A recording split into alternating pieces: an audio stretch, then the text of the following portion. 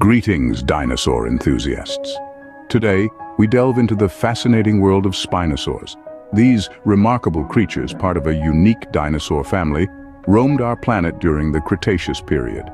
They were distinguished by their unusual physical features, such as elongated snouts, conical teeth, and the iconic sail-like structures on their backs. Some of the notable members include the Spinosaurus, Baryonyx, and Suchomimus. Strap in as we journey back in time to the Cretaceous period, the era of the Spinosaurs. Among the Spinosaurs, one name stands out, the Spinosaurus, a behemoth that dominated the rivers of the Cretaceous period. Its colossal size alone is enough to pique anyone's interest. Towering over other theropods, Spinosaurus was a force to be reckoned with, possibly reaching lengths of up to 59 feet. But size isn't all that sets this creature apart. Look at its physical characteristics, and you'll see a creature unlike any other dinosaur. Imagine a long, narrow snout filled with conical teeth, perfect for snatching fish from the water. Its most iconic feature, however, is the enormous sail-like structure on its back. This sail, which could have been up to 5 feet tall, might have served various purposes, from attracting mates to regulating body temperature. But Spinosaurus is perhaps best known for its potential aquatic adaptations. Paleontologists have long debated whether this dinosaur was a terrestrial predator or a semi-aquatic hunter. Recent evidence, such as the unique structure of its bones and the positioning of its nostrils, suggests that Spinosaurus might have been well adapted to life in the water. This theory, however, is not without controversy, as some researchers argue that these adaptations could merely be a result of convergent evolution. The discovery and reconstruction of Spinosaurus fossils have presented their own challenges. The first Spinosaurus fossils were discovered in the early 20th century, but were unfortunately destroyed during World War II. This loss has made the task of reconstructing Spinosaurus anatomy quite difficult. Nevertheless, paleontologists have managed to piece together a likely representation of this dinosaur based on fragmentary fossils found in Africa. Yet with every discovery comes new questions.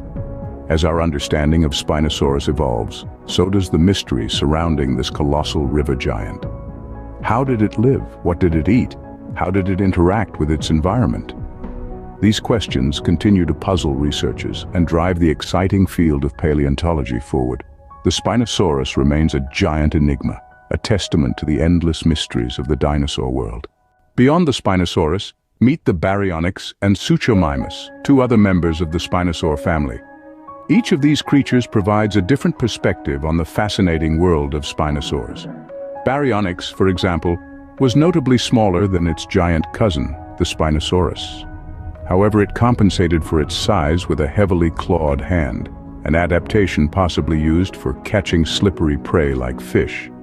On the other hand, Suchomimus, with its long, narrow snout and rows of sharp teeth, was a formidable predator in its own right. Its anatomy suggests a diet similar to that of the Baryonyx, revolving around fish and other small creatures. These two species, despite their differences, shared common characteristics with the Spinosaurus, like the distinctive sail-like structure on their backs. These variations among Spinosaurs not only showcase the diversity within this dinosaur family, but also provide valuable insights into their lifestyles and adaptations. These distinct Spinosaurs further enrich our understanding of this unique family of dinosaurs. Spinosaurs were not just land dwellers, they were masters of aquatic environments as well.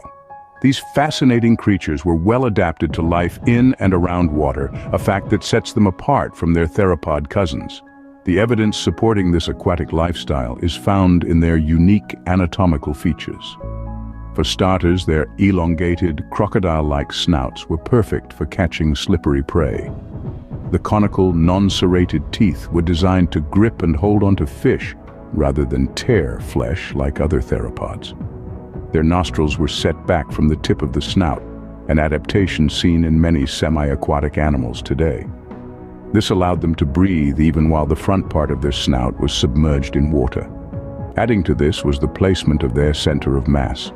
Recent studies suggest that the center of mass in Spinosaurs was shifted towards the hip, which would have made it easier for them to move in water and harder for them to move swiftly on land.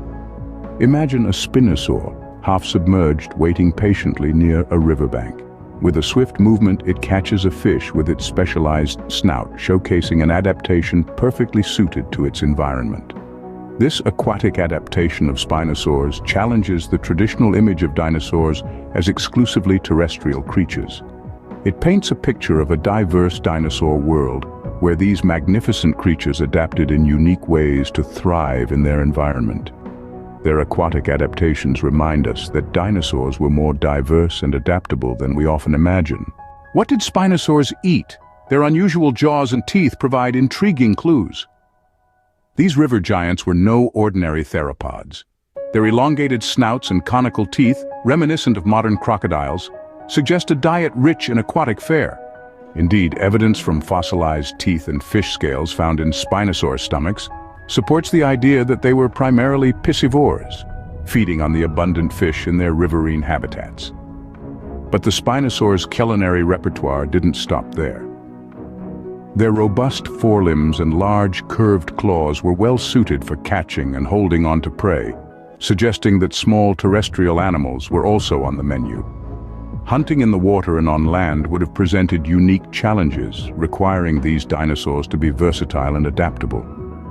Their feeding behavior further underscores their distinctiveness among theropods. Instead of the slicing and dicing characteristic of their theropod relatives, Spinosaurs likely used their conical teeth to grasp and hold on to slippery prey. From their teeth to their snouts, Spinosaurs were perfectly equipped for their unique dietary needs. To fully understand Spinosaurs, we must examine the world they lived in. Picture this: a lush, humid landscape punctuated by rivers and lakes, a world where Spinosaurs were a significant part of the ecosystem. This was the Cretaceous period, a time of warm climate, with no polar ice caps and sea levels at their highest. The geography was dominated by vast inland seas and large river systems, providing perfect habitats for these aquatic adapted behemoths. The presence of other dinosaur species added complexity to this environment. Carnivorous theropods and herbivorous sauropods roamed the land while pterosaurs dominated the skies.